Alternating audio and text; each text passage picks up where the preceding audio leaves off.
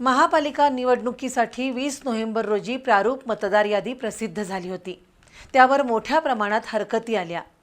महापालिका प्रशासनाने प्रारूप मतदार याद्यांची पडताळणी करून अखेर आज अंतिम मतदार यादी प्रसिद्ध केली। आगामी निवडणुकीसाठी कोल्हापूर शहरात एकूण 20 प्रभाग तयार झाले असून प्रारूप मतदार यादीमध्ये आणि अंतिम मतदार यादीमध्ये प्रत्येक प्रभागातील मतदार संख्या बदलली आहे। आता प्रभागनिहाय अंतिम मतदार संख्या पाहूया।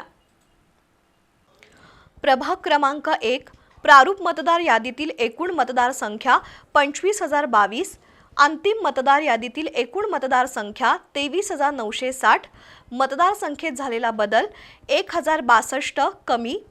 प्रभाग क्रमांक 2 25,218, 22,889, 2,329 कमी।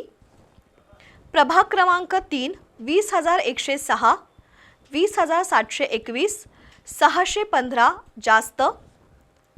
23,186, 24,579, 1,393 अधिक। प्रभाग क्रमांक 5 22,436, 23,552, 1,116 अधिक।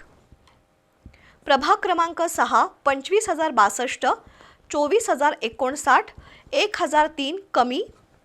प्रभाग क्रमांक 7 24,331, 26,422, 2,091 अधिक। प्रभाग क्रमांक 8 24,643, 25,059, 416 अधिक। प्रभाग क्रमांक 9 26,273, 26,585, 312 अधिक। प्रभाग क्रमांक 10 24,584, 24,522, 62 कमी।